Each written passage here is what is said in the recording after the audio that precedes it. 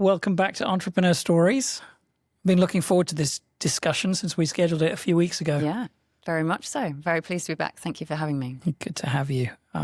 So you landed this morning. I did. Straight off a plane from the UK. How's work-life balance going for you? It's a great day to ask, isn't it? So 4 meetings so far today, a couple more after this. Yeah. But as you know, I'm not a huge fan of the term work-life balance. So I think it would be hypocritical if I were to preach it too much. Yeah. But yeah, energizing, and it's fantastic to be back in Hong Kong, even for a short period. It's good to have you, and it's good to hear it's energizing. We've had you on the show before, but for those who don't know you, maybe just briefly, what is it that you do, and what's the story that kind of led you to what you're doing now? So what I do is I help executives and founders, anyone really who is in a high-pressure environment, which is a lot of people in Hong Kong, regain their energy and their kind of zest and manage large-scale change or personal change, which sometimes that kind of transformation can be even harder. And I came to that because I used to be one of those executives, and I had a fairly spectacular burnout just over a decade ago. Went back into my role in banking, having kind of come back from that. But during that decade, learnt a lot around resilience, coaching, well-being, and built a business on the side of my career in banking. And then about just over a year ago, stepped out and made the side hustle the main hustle. And I'm very happy to say that business is booming now in terms of being able to help other people kind of learn the same things themselves, take care of themselves, and essentially get their mojo back. And that's physical, mental, 360 degrees, lifestyle. Yeah, so I talk a lot about 4 different pillars. So physical well-being is always the first, typically because a lot of my clients are A-types, as am I. So physical is quite tangible. We can all track data and metrics and feel the difference very quickly.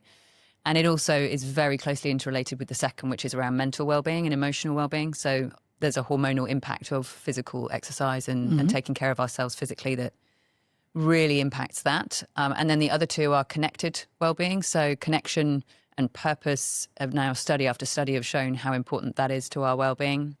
And then the final one is financial well-being, because without that, it's very, very hard to really achieve mental well-being if you don't have a degree of financial well-being as well. And a lot of that is purely just around control of finances and understanding how much is enough, which in a market like Hong Kong can be very hard because you're surrounded by more all the time. Yeah. But yeah, so we work on financial well-being as well. So is that evolved? I don't think you mentioned financial last time we spoke. Financial is very much an addition in the last year because it kept coming back. And interestingly, so like finances is the number 1 reason for divorce. And so it's very tied then also into purpose, connection, family and everything else. So it kept coming up whenever people were like, well, I have to keep going in what I'm doing even though I hate it because of the finances. And so I've worked with partners. I'm not a financial advisor, but I know plenty of people who are. So I work with partners who can then provide that kind of guidance and advice and kind of well-being coaching on the finance side as well. I guess sometimes it's also just the awareness that you can bring to the fact that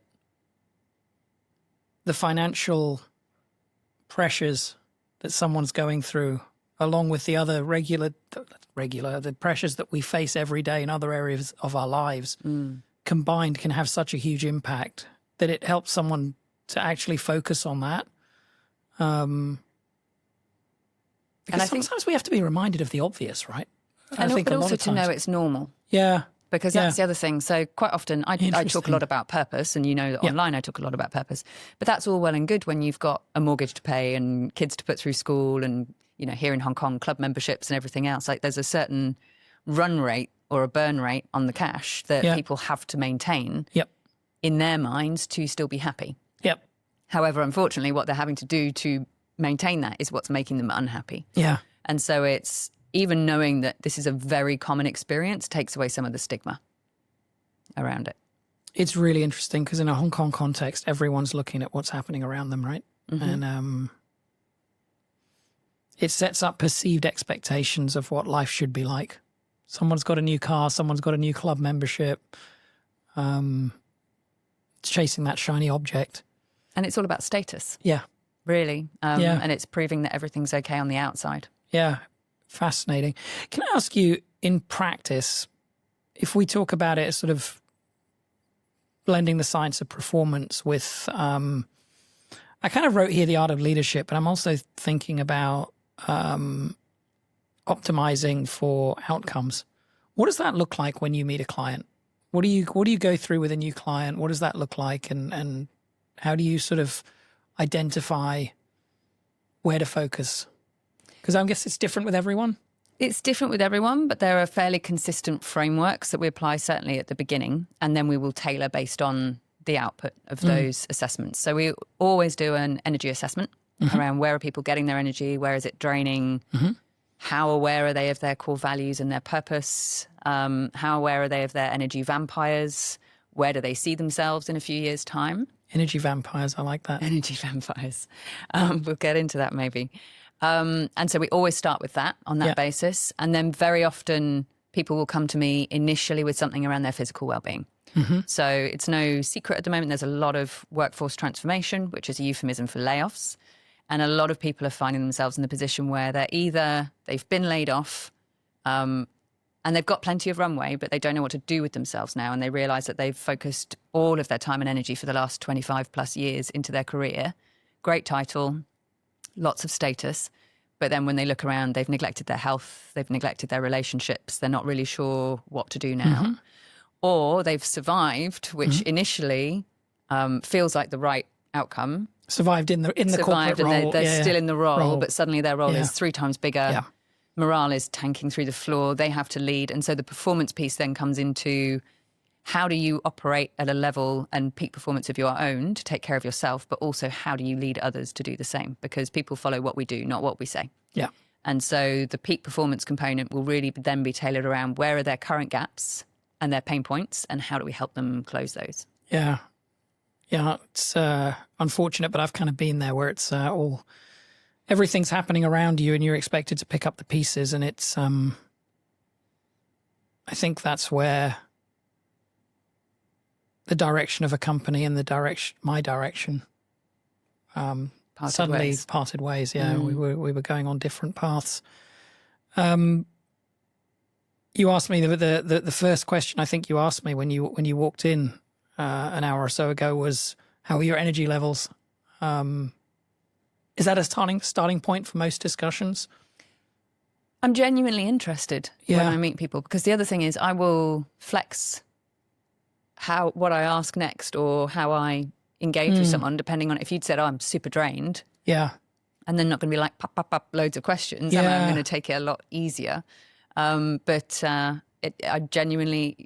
I find it very interesting. And, you always assume when you meet someone how they're doing. But when you actually ask, sometimes people will really surprise you. Yeah. I'm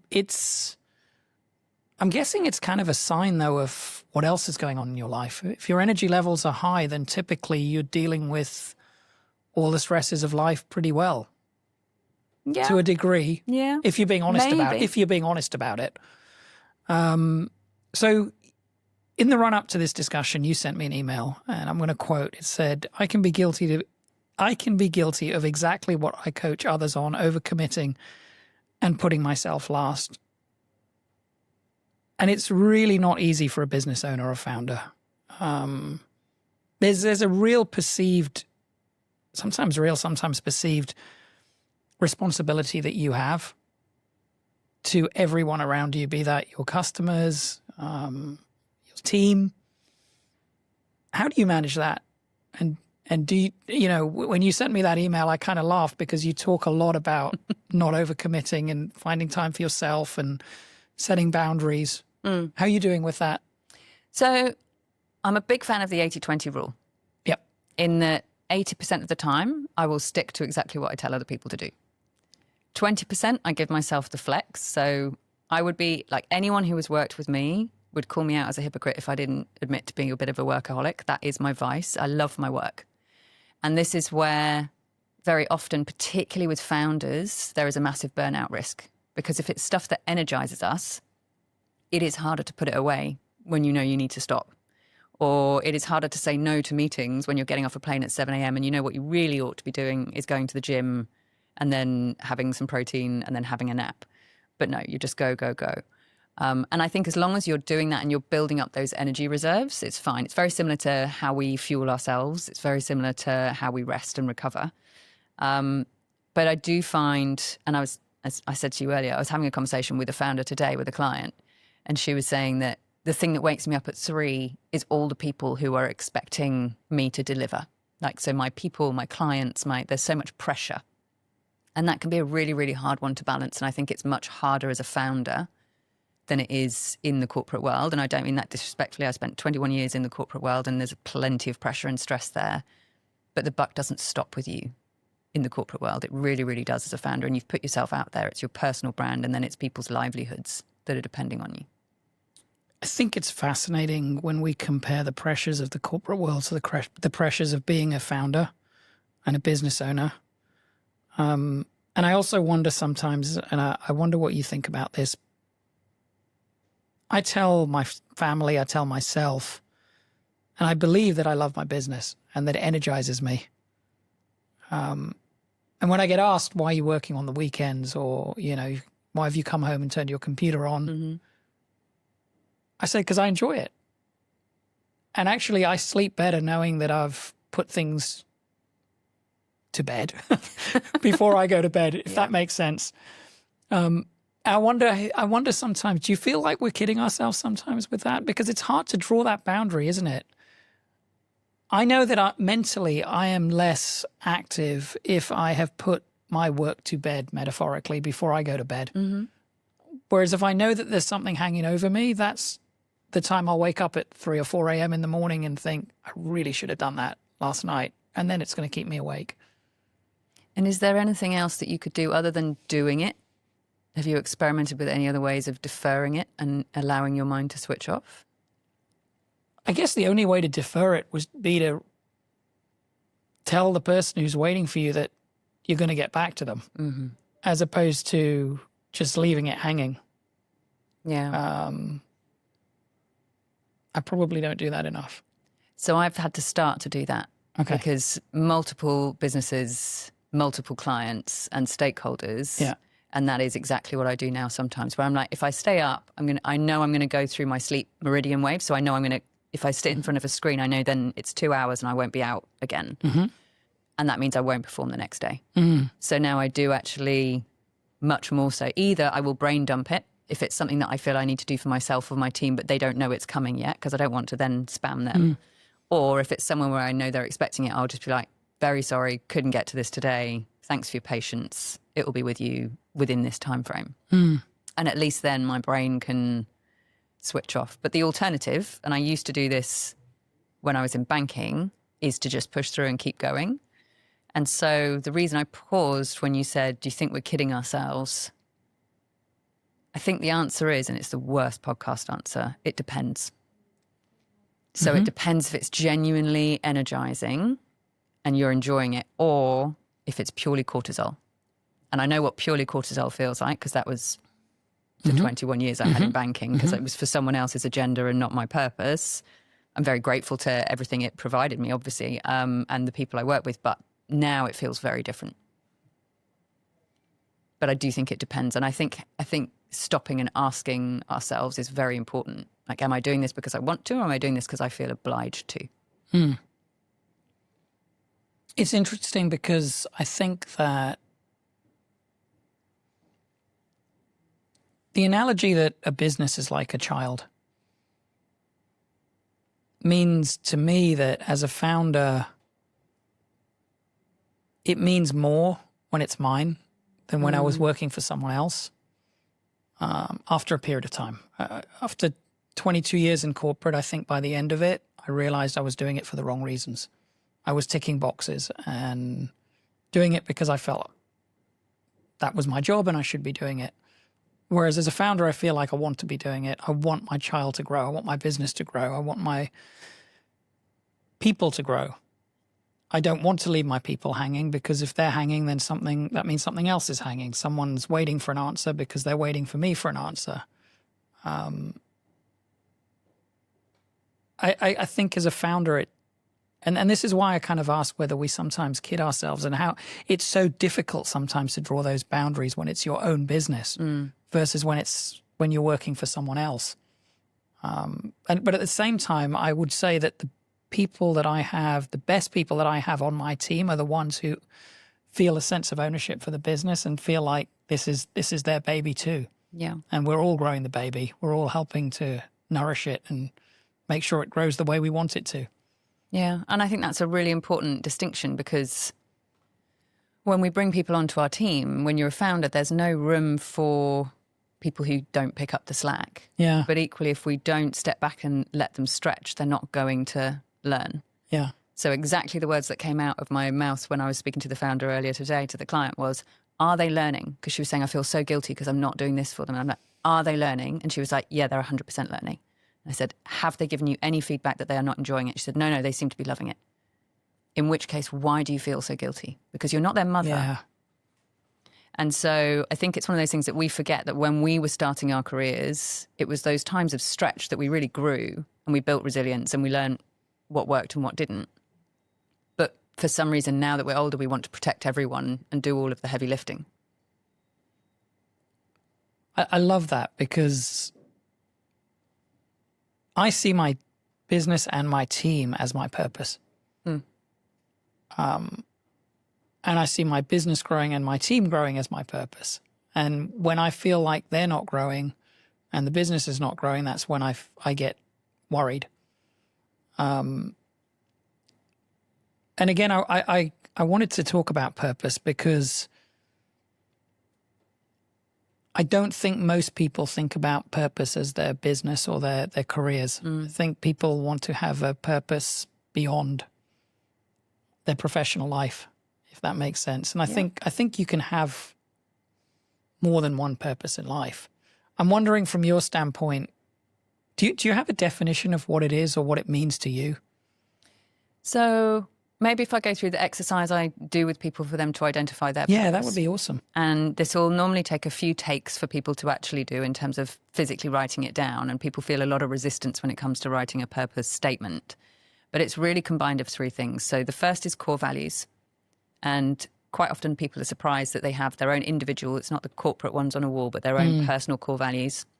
They are foundational. So they're formed when we're very young, depending on the environment in which we're in, what was expected of us, the relationships we have. And you normally have about 3 to 5 really core fundamental values that will never change, even if we don't like them or we want a shinier core value.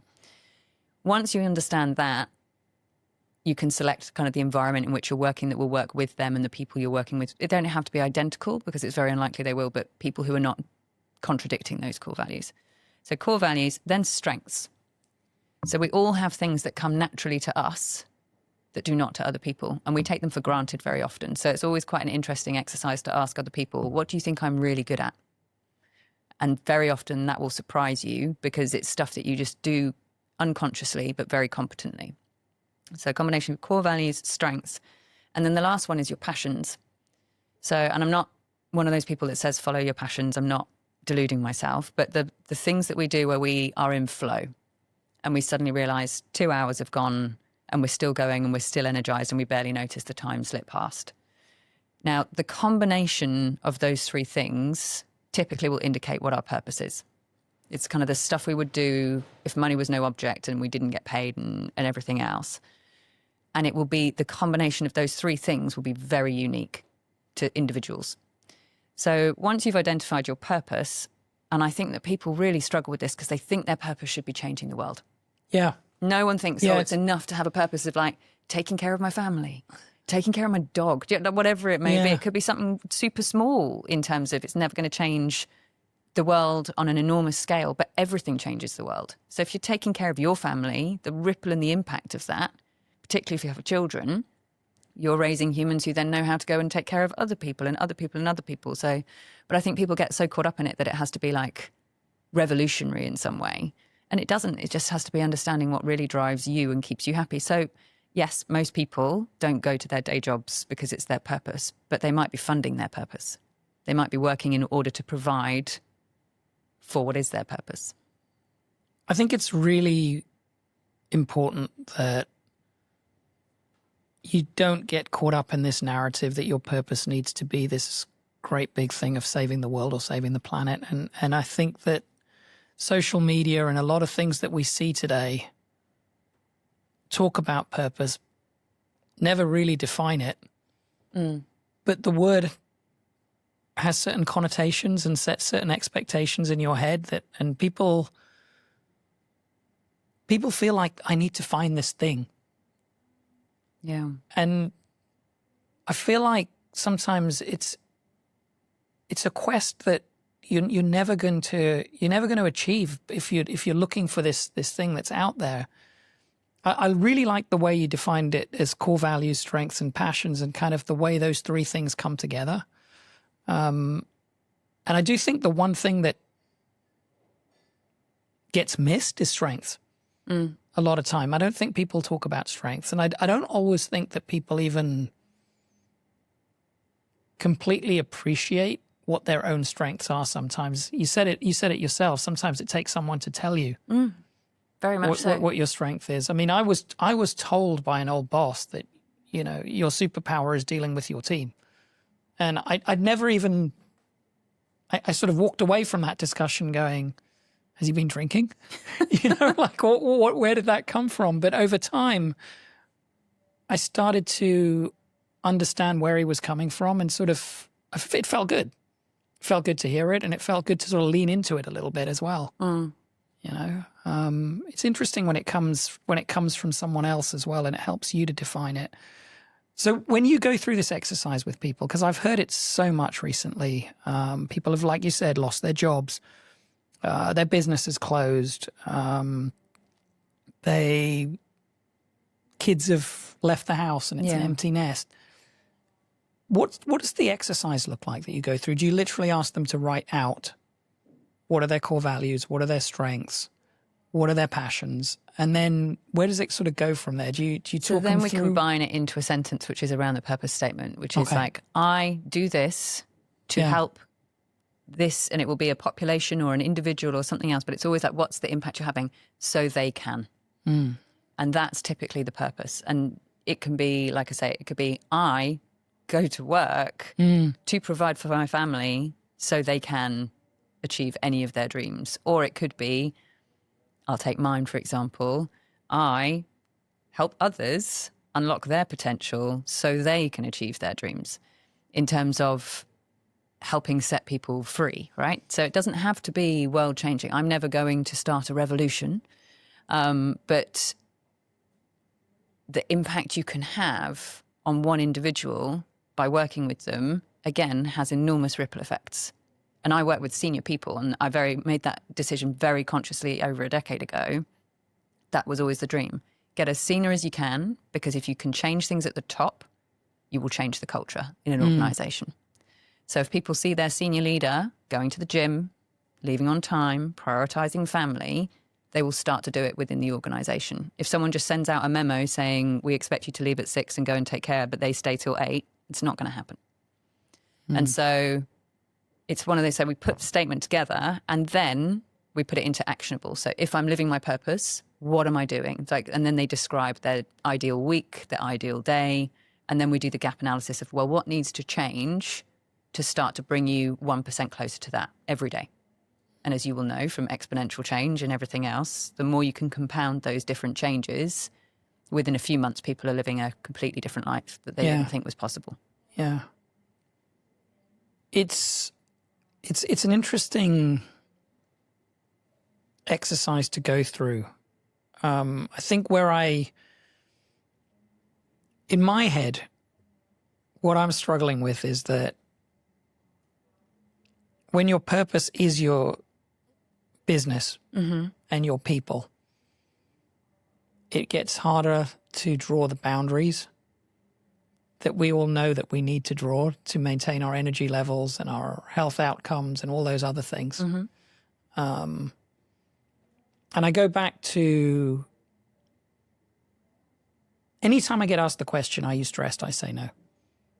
I've always said that. All my life I've said no.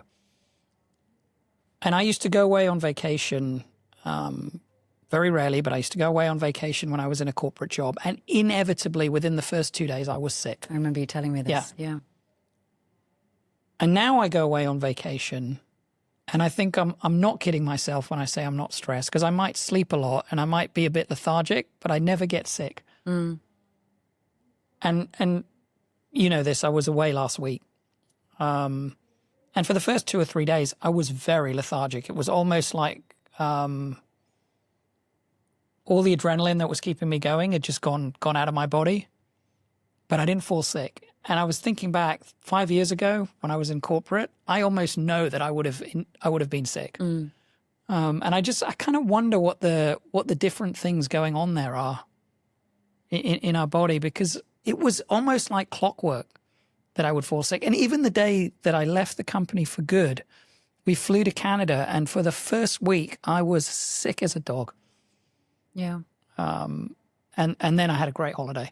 Well, it was a nice long holiday, thankfully, because I just left corporate, so you didn't have to worry about what you're going back to. You know. But I just find that fascinating that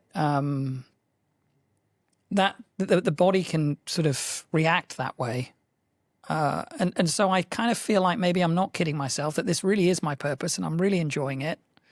And yes, I need downtime, and my body's telling me that yes, you went on vacation and you needed to.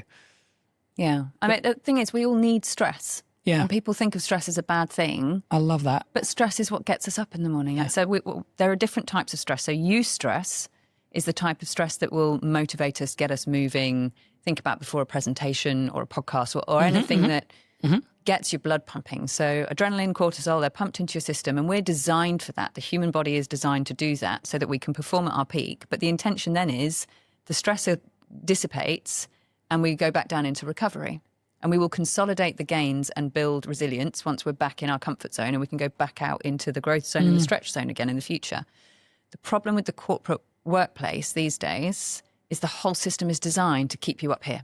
And we're not built for that. So we end up with adrenal fatigue, so our bodies can't even produce any more stress hormones. We end up with our immune system being suppressed. So then the minute that you decompress, your immune system comes back up and online and suddenly realizes you've got these bugs that you weren't even like, and then boom, you're down. Because your immune system is then fighting all of the infection, everything else. So we're just not built to constantly be under chronic stress. If we can come back down and back up, and I'm sure you do that. I mean, we were talking before, you were saying by Friday, I'm ready for the weekend. Yeah. But now you've got the weekend, but you're not sat there stressing about the corporate politics or being asked to do restructures you don't believe in or whatever it may have been. It's all of your own doing. You are in control of what happens with the business, with your team, everything else. And that's a very different type of stress. And that's a positive stress. I think the control thing is huge.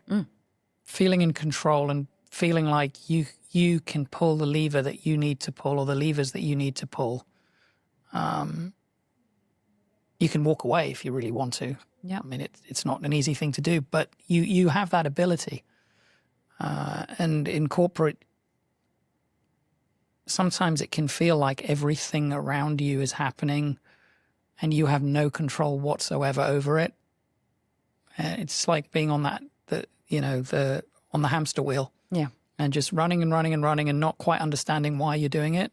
Yeah. And ticking the boxes every day. Just to get to the end of the day. Everyone's doing it, right? So it becomes the norm. So Yep. it becomes very hard to put your hand up and go, do we really know why we're doing this? Yeah. And it's the whole system is designed for that way. And the challenge that we have as a society is that we genuinely don't know what the world is going to look like in 5 years when you look at the acceleration of AI. And I'm not necessarily talking about superintelligence or anything else, but if you look at, people think of AI as an automation issue. No, it's going to do parts of my job. AI is fundamentally redesigning the systems in which we work, and people just aren't noticing yet. So if you think the biggest layoffs have been announced last month in the US. The last time we saw anything like this was with the advent of mobile phones and the shift because of the lack of friction once you could start to do stuff on the move. AI, because of the connectivity and the coordination it's capable of, when you look at agentic AI, for example, that's just the beginning. So the whole system is changing. So people know that their jobs are at risk.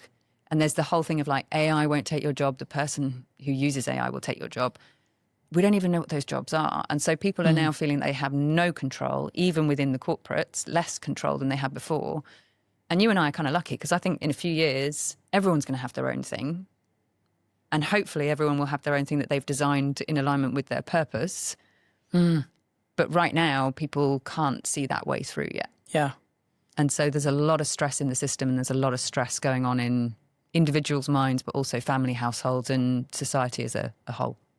Interesting. I think if you're at the very end of your career, or you're at the very beginning of your career, then you have an opportunity to either get through this or pivot. But if you're in that middle phase, it's got to be incredibly worrying for you. If you're 10, 15 years into your corporate career and you're thinking you're going to be here for another 10 or 15 years, and this is all happening around you.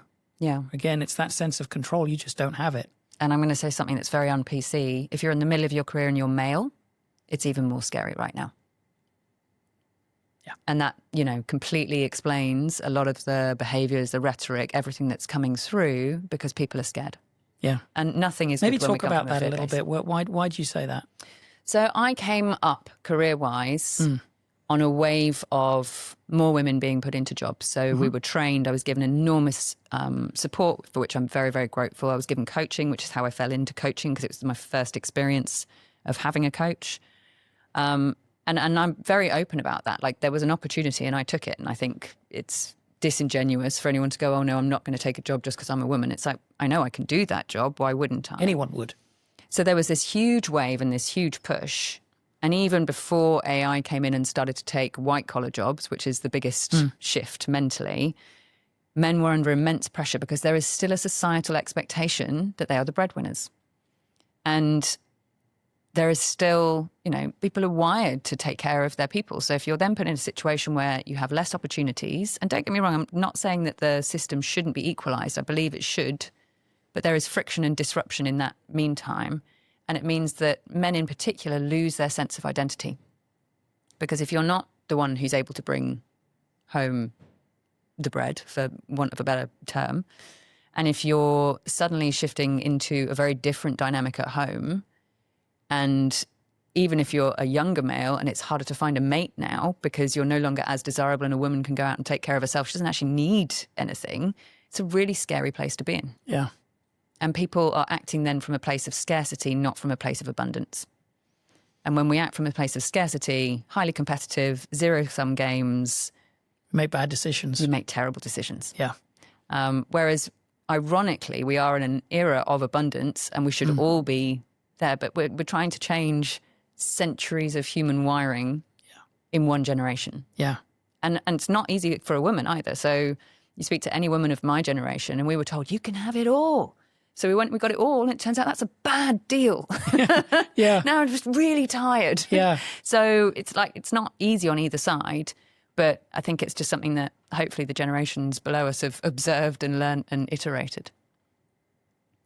What has your purpose evolved since corporate, and is it still evolving? Do you feel it's evolving, and what does that look like? So I think all of our purposes evolve. I think so. Core values will stay the same.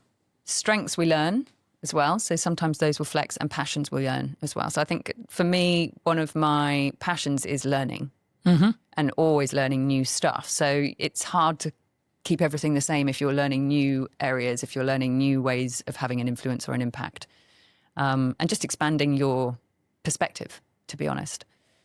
So yes, my purpose has definitely evolved, I would say, over the last 10 years, but the consistent theme has always been trying to help people see that they are acting within constraints they set upon themselves and that it's within their power to set themselves free. And by that, I mean, we're always doing, particularly when we're younger, we're doing what we think society expects of us. I did the same, so it's not a criticism, but you tick all of those boxes, to use your phrase. And then when I was growing up, people used to almost jokingly call it a midlife crisis. And they were always talking about guys, but midlife crisis, so it would be like the Ferrari or the girlfriend or whatever it was. But we're all in that stage now because you tick all of those boxes and you're like, is this it? Like, is this, on paper, I'm successful. I think I probably have more potential, but this doesn't feel like I want to do this for another 20 years. And because we're in this era of abundance, we actually have the ability to even think about that. Whereas previous generations were still just putting food on the table, right?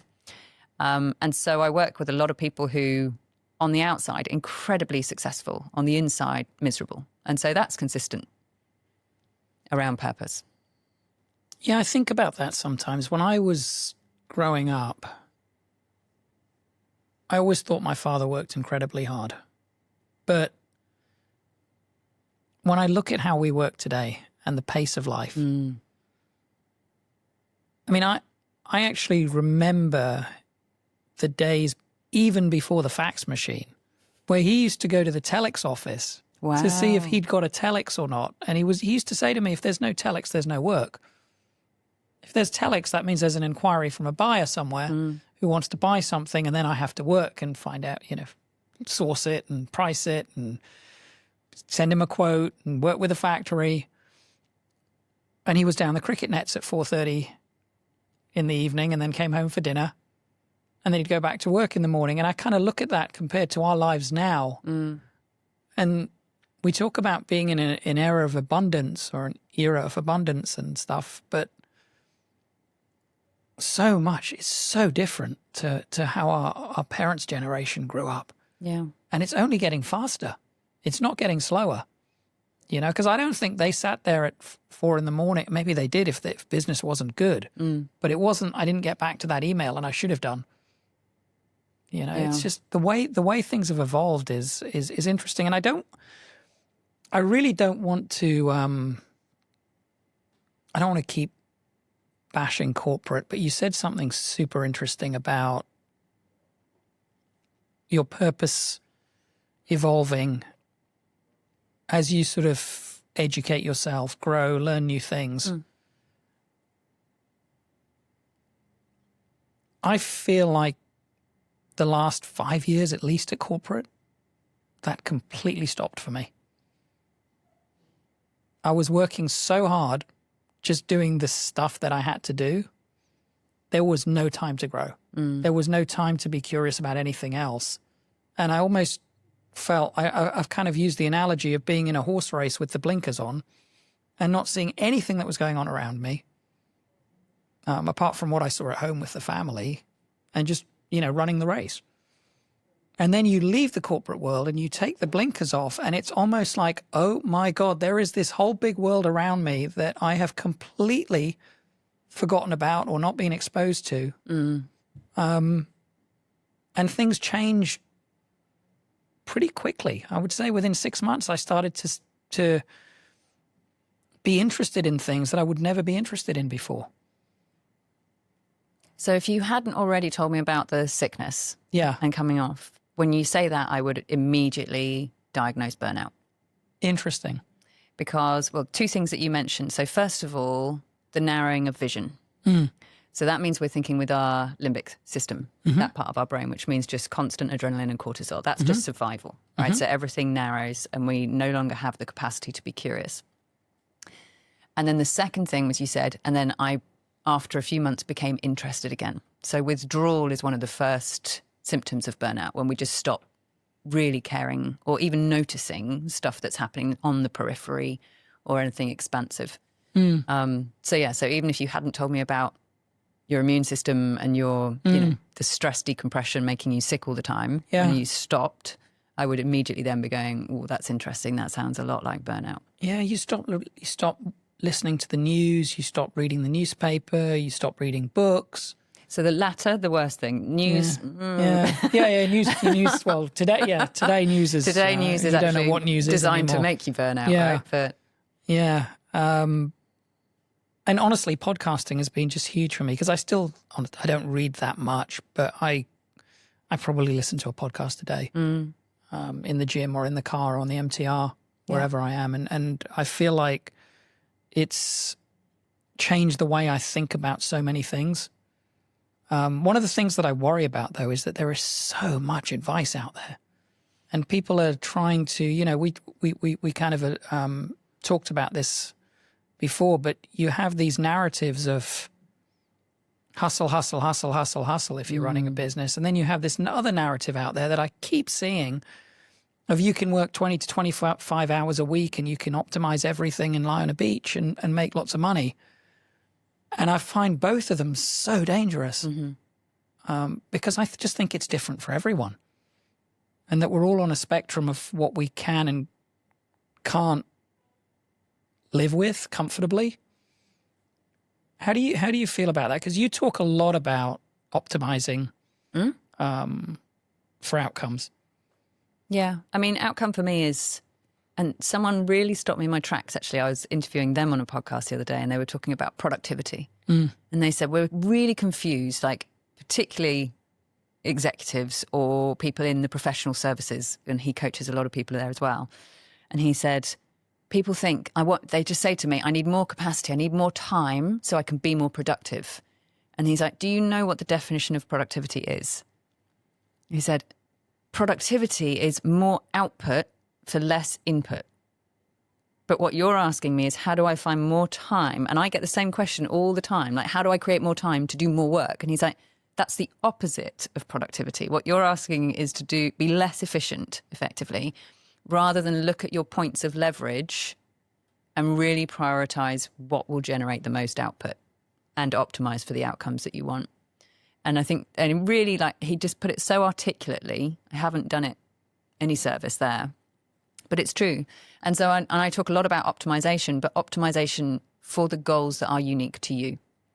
So to your point, what floats our boat is different for every single person. What we need is different for every single person. Back in March, I went from being in Hong Kong to then being in a farm in Wiltshire, in the middle of nowhere, and you suddenly realise I actually don't need very much. But here in Hong Kong, you feel like you need stuff all the time, right? Yeah. And it's not a conscious thing. It's just being influenced by the environment that you're in. And so for all of us having, and I'm not suggesting that you should do anything that drastic, but experimenting with what do we actually need versus what do we feel we need because we're being influenced by the environment in which we're in is critical. Because actually there are two ways in which you can find, I don't know if the word is relief or freedom. So money buys us freedom, buys us freedom and choice. And when people are saying hustle, hustle, hustle, they're saying you've got to work really hard, you've got to do this. But the reason is because then once you make your money, you've got your freedom. And then the people who are selling the 20 hours a week, they're selling a course. Inevitably, at some point, there's an operating system or a course or something that they're selling. But B, the more we cut our expenses, the more relief we have from pressure, like the less pressure there is on us. And so somewhere between those two, experimenting with those two levers can be very, very powerful for people because money is just a tool at the end of the day. Yeah. But we've fixated on it becoming the objective. Yep. But it doesn't matter how much we earn. If you have enough to put aside and you've got runway and you can take care of yourself and your people, really doesn't matter. It doesn't define us, but we have created a society in which it does. Yeah, and we're all on a spectrum, and this is what I try and tell people is you've got to take from all of this advice what is right and applicable to you in your situation today. And there are people that I listen to a lot. I listen to Hormozy a lot. He is worked 24/7. And, you know, pretty much he said, I sleep 6 or 7 hours a night. I work out and I work. And that's all I do. But every podcast that I listen to with him, I take one or two things away from something that he's done. But I'll never take away the hustle, hustle, hustle thing. Because one thing that I've learned, and it's taken me a long time to kind of figure this out myself. And then I heard it on a podcast articulated. And I was like, that is exactly it. Was optimized for energy over time. Because when you have energy, to your point about productivity, that is when I'm productive. And you mentioned somewhere about the worst time to make decisions is 2 p.m.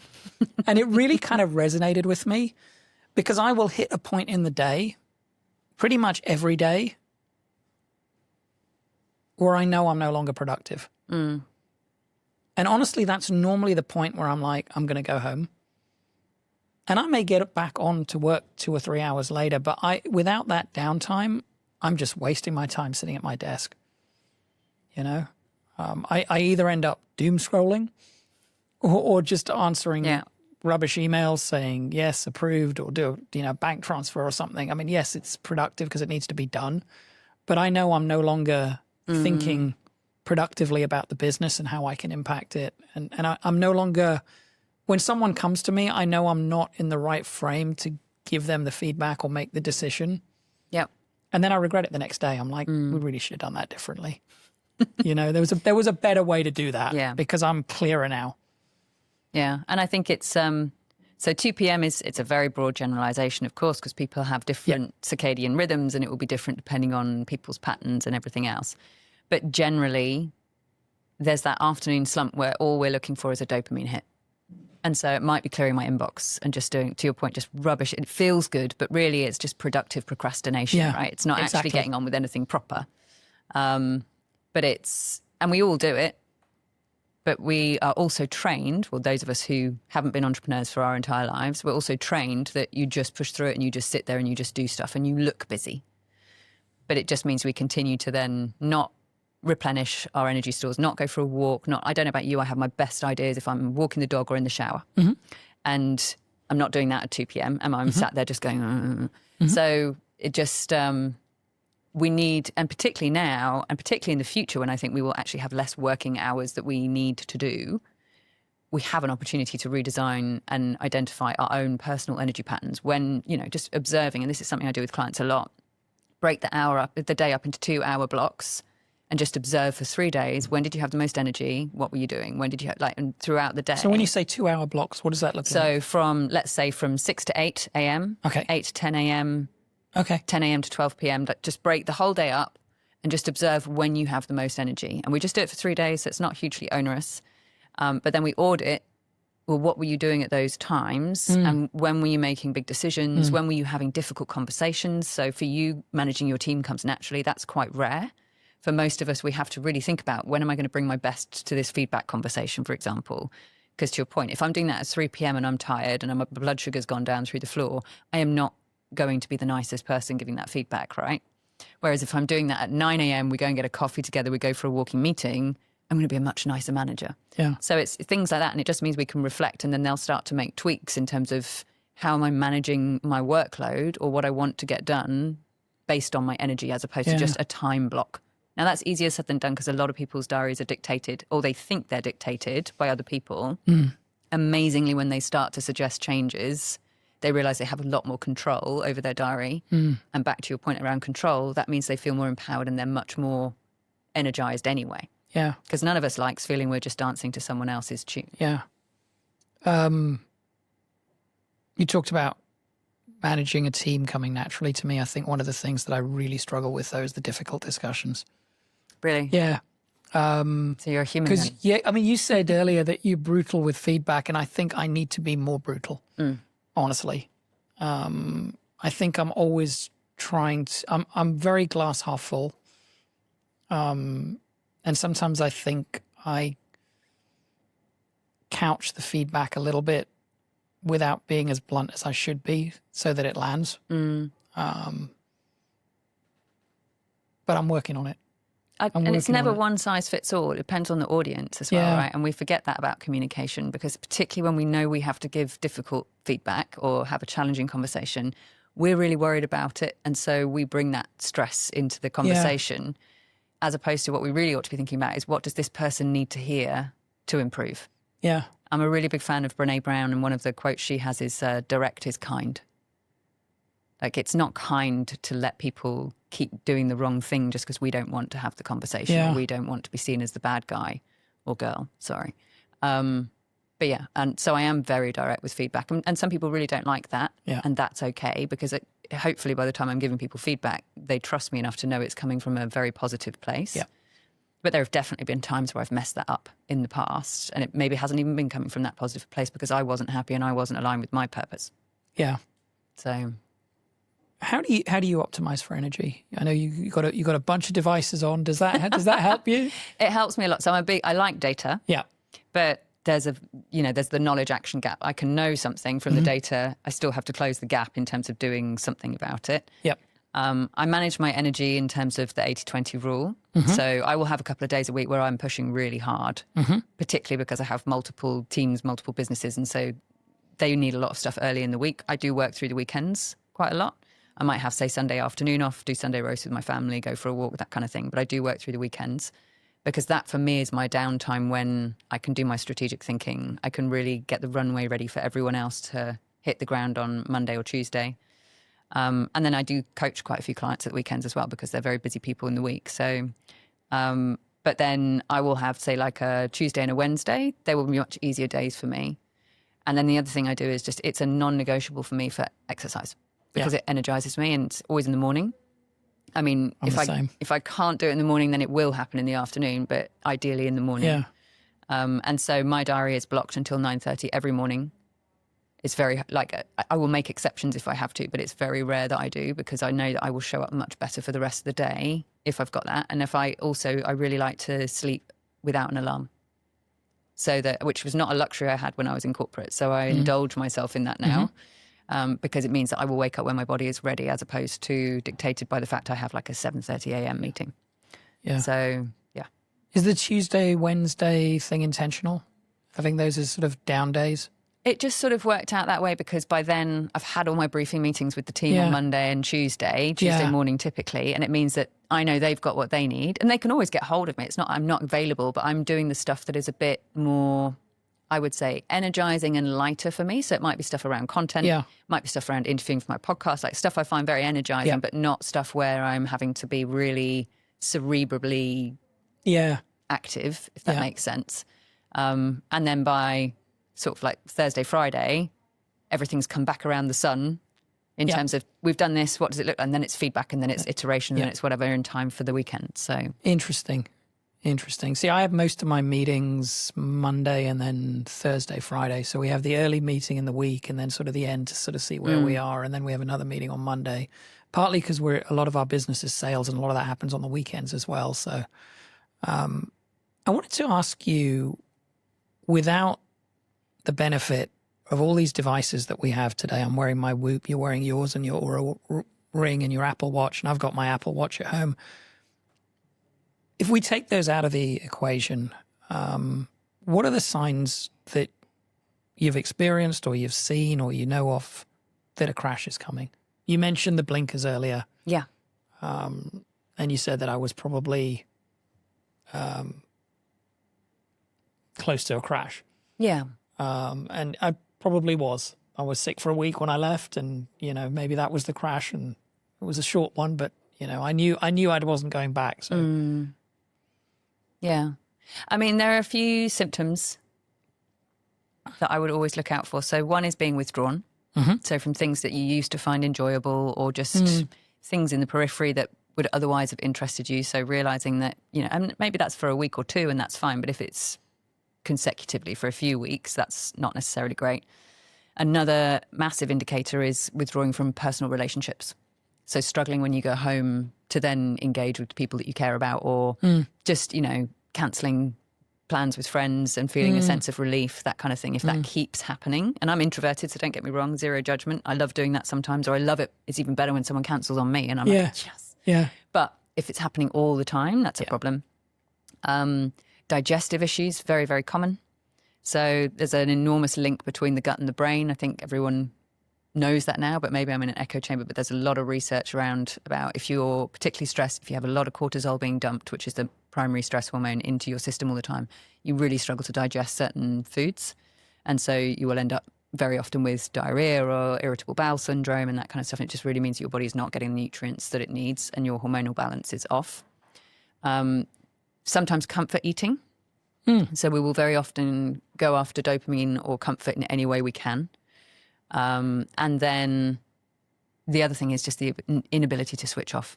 So interrupted sleep patterns, or even just at the end of the day, closing the laptop or shutting down the PC, but not actually being able to stop ruminating over things as well. I guess also when you're in that state, one of the things that you definitely can't do, which I feel like I've been able to do since I left corporate, which is why I kind of bring it up, is pushing yourself outside your comfort zone. Because you've got the blinkers on and all of this stuff is going on. And I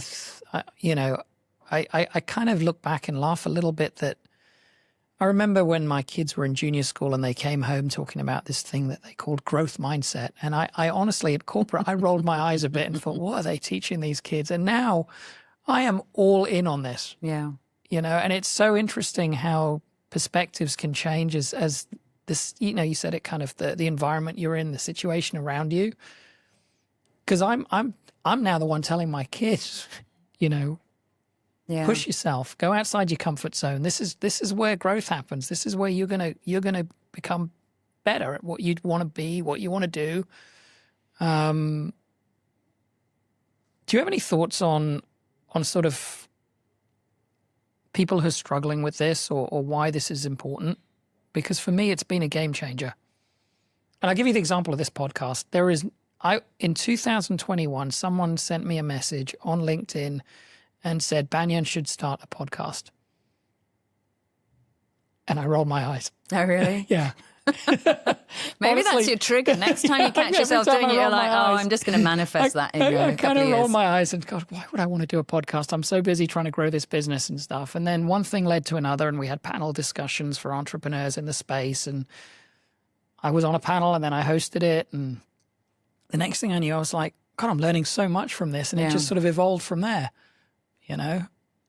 It's just interesting to me that when we don't push ourselves, we really do stand still. And we're designed to push ourselves. Like the human species has been successful because we are wired to push ourselves out of our comfort zones. And I think the problem is, and this goes back to stress is a good thing, not a bad thing. We wouldn't do stuff unless we were motivated by stress. And we're always designed to keep striving for more. That's potentially one of the biggest problems coming in if we do have something like universal basic income. If everything's covered, what are we working towards? Yeah. So I think it's super important. I think growth mindset and grit are very, very important characteristics that we should be nurturing in our children. So it's amazing to hear that the schooling system is actually teaching them about it, because I certainly wasn't taught about it. No, I wasn't either, which is why I think it surprised me. I was like, well, what happened to maths, English, French? But growth mindset is very closely linked to adaptability. And adaptability is one of the key skills that will set future winners apart, right? Not necessarily what we were taught. Exactly. And it's exactly what you said. It's teaching the kids the skills that they are going to need to be successful, together with the academic rigor and the facts and just the stuff that you need to know from maths and English and history and languages. Yeah. But for us, that wasn't there. It was just the maths, history, English, Yeah, for me it was rote learning. I learned more at university about how to just survive and take care of myself an adult, I think. I mean, I studied IT and Industrial Revolution and the change that technologies can have, which now looks like perfect timing, but really is just luck. But I learned a lot more about how to just show up, be responsible, be accountable and adapt. But if we're teaching that in schools now, along with one thing that really bugs me that we never taught and I don't think is taught very well now is financial literacy. How to take care of your finances, because I think a lot of the stuff I'm coaching now later in life would be completely unnecessary if people were taught about compound interest and the basics and, how to have passive income from a younger age. But if they're teaching kids that, plus mindfulness, which a lot of schools have on their curriculum now, I think it's just incredible. Yeah, I'm fascinated with the financial literacy piece, actually, and the fact that it plays into purpose and just mental health. And to that end, we actually have coming on, I think, in February. I don't know if you know Christine and Nicole, who founded Sophia. Yep, I was speaking to Nicole just last week. Okay, amazing work. Yeah, so they're going to be on Entrepreneur Stories in February actually here. So that's something I'm really, really looking forward to diving into. A lot of what we've talked about is investing in yourself, and the importance of just being conscious of that. What do most people come to you for? I mean, is this something that people are conscious of before they come to you, or is it something that you almost have to put front and center for them and make them more aware? So people don't come to me because everything is sunshine and flowers. Yeah. They're normally either concerned that they are on the verge of burnout, or they want to understand why they're feeling quite so lackluster about life, or they're going through a big transition. And it may be that transition is personal. So it may be their job, it may be their marriage, it may be their, to your point, empty nesters and just feeling empty and a lack of purpose, or it may be that they are leading transformation as well. So from a corporate side, I help corporates effectively upskill their leadership so that they have the tools to be able to lead those big transformations. Because no one wants to be, and I've been that boss, no one wants to be the boss that's letting people go and then trying to motivate people and get morale back up and change a business model. But the vast majority of leaders are having to do that today. And so the more responsible corporates have realised there is a gap between the support that those people currently have, because they've been trained as managers, not leaders, and the ongoing support they're going to need to really get people back up off their heels, onto their toes. And so a big part of it is really just about transformation, hence transform, perform. So how do you transform and maintain performance? And on the individual level, it's quite often well-being related to start, but then you pick at that very tangible surface level issue and you realise there's a bit more underneath that people want to work on. It's interesting from hearing about corporate restructuring. One of the things that I was thinking about when you were talking about that is, even away from the corporates, for smaller companies and entrepreneurs who are running small businesses, you still have to go through this in a different kind of way. But we reimagined our business in Vietnam about 2.5 years ago. Brought in a new leader. And we have, I think, 2 people out of the 30 on the team that are still there from when we reimagined our business. But the business, and we were on a very small base, so when I say this, I don't want it to be silly expectations, but we were at a very small base. The business is literally, in 30 months, 10 times the size it was from when we made these changes. And it wasn't even that we were letting everyone go. It was that the nature of the business changed and people didn't want to be there anymore. But it was still a very stressful period with new leadership coming in and just changing the way we did things. Yeah. And I think that there's a lot of talk about corporate restructuring, but I think that for any business, there's always this balance of making sure you have the right people on the team to get the business to where you want it to be and where you know it can go. And those tough decisions are not easy to make, especially when you're a people person and people pleaser. And I sometimes feel I fall into that bracket, and but at the end of the day, it's a business. Yeah. Do you have a lot of entrepreneurs coming to you with the same challenges? Because you talked about corporates. Yeah, most of the founders that I work with are dealing with exactly that, but burnout or risk of burnout, I should say, because they are taking so much personal accountability for their teams. And I do think that even in corporate, the people that have the easiest ride in a corporate restructure are the people at the top, because everyone is just a spreadsheet. On the team level, it's exactly like the founder, because people have coached, these people work with these people, they might have a team of 10. It's still very personal when you're deciding who has to go. Yeah. Or you're changing things so much that some people will want to leave. It's still very personal. But from an entrepreneur perspective or a founder perspective or small business, it's very hard. It's very personal. And I grew up on a farm. I watched my father go through this twice growing up. And my dad, as with everyone when you're growing up, he's your hero, right? But he really was a giant man, strong, everything else, 4 kids. We had a proper patriarchy household and stuff. It crushed him. It crushed him. I mean, full breakdown twice, having to let people go.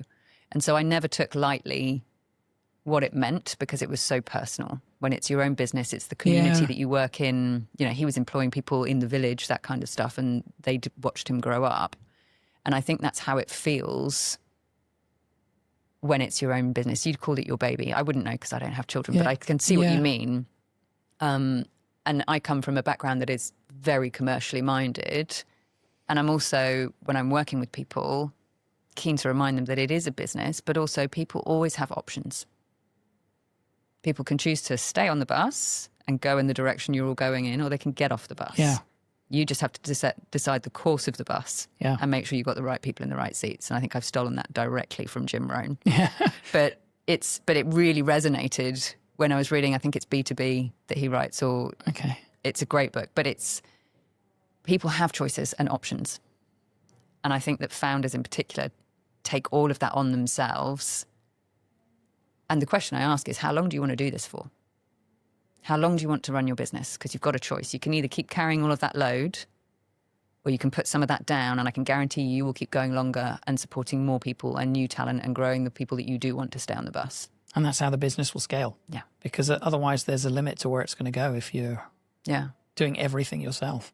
And it's also okay that the people who were starting a business aren't the right people to grow it. A lot of them are miserable when they're being pushed into roles or scope or bandwidth that they never intended to be in as well. Yeah. So, but actually being able to have those conversations and manage that conflict is a critical skill that, again, we are not taught in schools. Yeah. Yeah, it's interesting how so much of this comes back to education. Liz, what have we not spoken about today that you think could be relevant to this discussion? It's a really good question. I think in terms of what to leave people with, the thing that continues to surprise me, and it shouldn't because I'm fairly long in the tooth now, is just how quick we are, whether we're founders, managers, leaders, working in corporate, mothers, fathers, whatever it may be, how quick we are to put ourselves last. And we're so outwardly focused that this, and it always comes back to the question of like, how long do you want to be doing this? Mm-hmm. So a big part of the reason why my purpose has changed recently is I recently nursed my mother in her final months.